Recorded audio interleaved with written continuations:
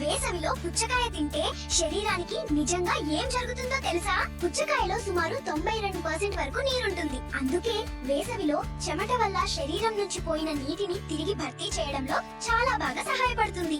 దాహం తగ్గడమే కాదు, శరీరం తేలికగా ఉండటానికి కూడా ఉపయోగపడుతుంది. పుచ్చకాయలో లైకోపీన్ అనే శక్తివంతమైన యాంటీ ఆక్సిడెంట్ ఎక్కువగా ఉంటుంది. ఇదే పుచ్చకాయకు ఎరుపు రంగు ఇస్తుంది.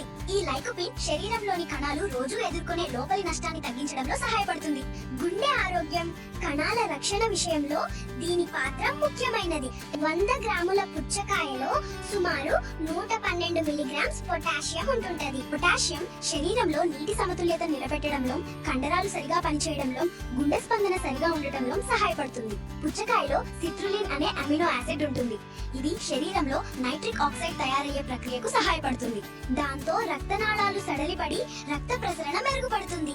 అందుకే బ్లడ్ సర్క్యులేషన్ కి మేలు చేస్తుంది. వ్యాయామం తర్వాత మసిల్ టైర్డ్నెస్ తగ్గించడంలో సహాయపడుతుంది. పుచ్చకాయలో ఉన్న సిట్రులిన్ వల్ల కండరాలకు రక్త ప్రసరణ మెరుగై ఎక్సర్సైజ్ తర్వాత అలసట కొంత తగ్గుతుందని కొన్ని స్టడీస్ చెప్తున్నాయి. చాలా ఎక్కువగా తింటే కొందరికి పొట్ట ఉబ్బరం రావచ్చు. షుగర్ ఉన్నవారు పరిమితంగా తినాలి. ఇలాంటి మరిన్ని వీడియోస్ కోసం చిన్ని చెప్తే వినాలిని ఫాలో అవ్వండి.